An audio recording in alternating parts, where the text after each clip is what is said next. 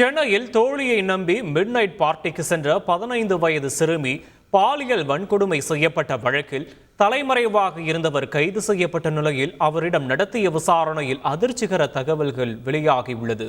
அது குறித்து பார்க்கலாம் விரிவாக. சினிமா காஸ்டியூம் டிசைனரான இளம்பெண் 15 வயது சிறுமியை காதலனுக்கு பிறந்தநாள் பரிசாக விருந்தளித்த சம்பவம் தலைநகரையே உலுக்கி போட்டது.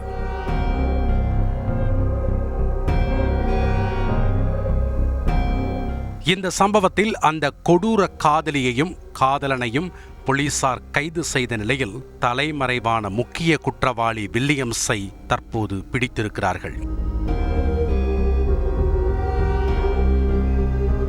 அந்த கொடூரன் விக்னேஷ் எனப்படும் வில்லியம்ஸிடம் விசாரித்த போதுதான் ஒரு போதை மாஃபியாவையே இந்த கும்பல் தலைநகரில் படுஜோராக நடத்தி வந்த திடுக்கிடும் தகவல் தெரிய வந்திருக்கிறது.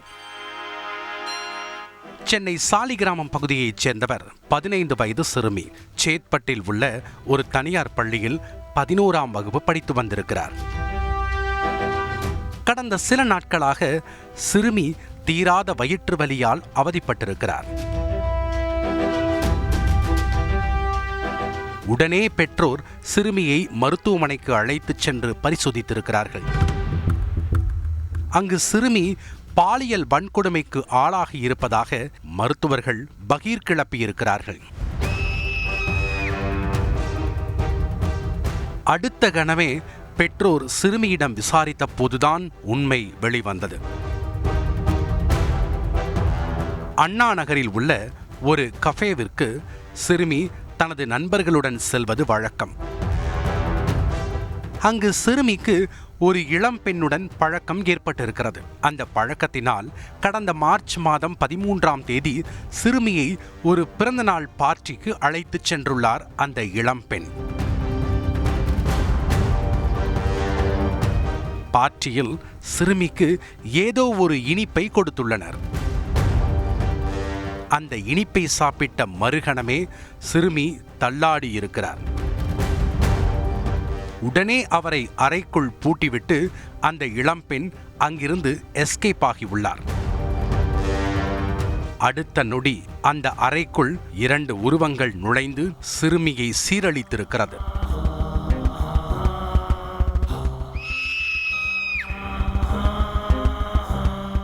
மறுநாள் மயக்கம் தெளிந்து எழுந்தபோது சிறுமியிடம் இங்கு நடந்த எதையும் வெளியே சொல்லக்கூடாது என அந்த கும்பல் மிரட்டியிருக்கிறது.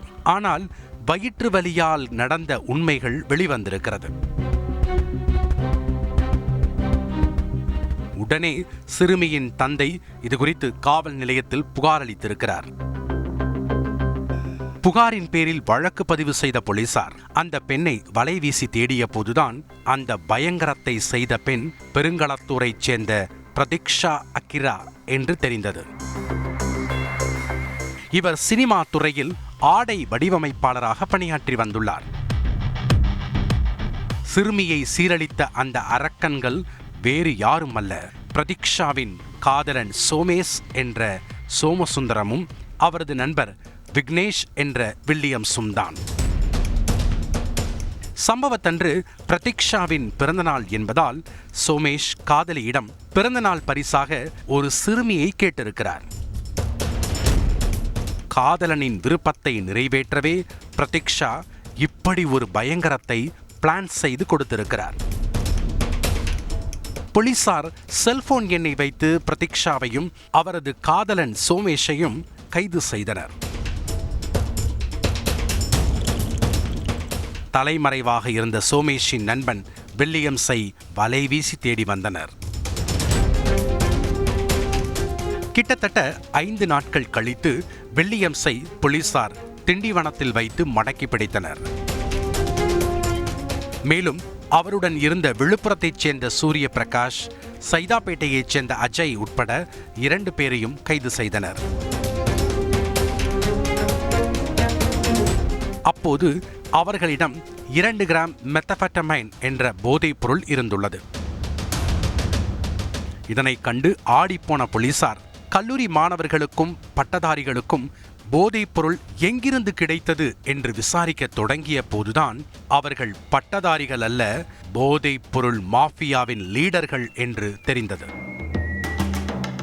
ஆம், கோடம்பாக்கத்தைச் சேர்ந்த வில்லியம்ஸ் பிகாம் முடித்திருக்கிறார். மண்ணடி பகுதியில் இருந்து வில்லியம்ஸ் மெத்தபெட்டமைனை வாங்கி இன்ஸ்டாகிராம் மூலமாக கல்லூரி மாணவர்களுக்கு சப்ளை செய்து வந்துள்ளார். அது மட்டுமின்றி பார்ட்டிகளுக்கும் விற்பனை செய்திருக்கிறார். இப்படி ஒரு மாஃபியாவை தனது கட்டுக்குள் வைத்து போதைப் பொருட்களை ஏரியாவுக்குள் ஓட்டிய வில்லியம்ஸ் சிறுமிக்கு இனிப்பில் போதைப் பொருளையே கலந்து கொடுத்து பாலியல் வன்கொடுமை செய்தது விசாரணையில் உறுதியாகி இருக்கிறது. வில்லியம்ஸ் அண்ட் கோ இதேபோல் வேறு யாரையாவது சீரழித்ததா? இவர்களுக்கு மெத்தபெட்டமைனை கொடுக்கும் ஹோல்சேல் டீலர் யார்? இவர்களின் பின்னால் யார் யார் உள்ளனர் போன்ற பல்வேறு கேள்விகளுக்கு விடை தேடி போலீசார் களத்தில் இறங்கி உள்ளனர். முழு விசாரணைக்கு பிறகே அனைத்து உண்மைகளும் அம்பலமாகும்.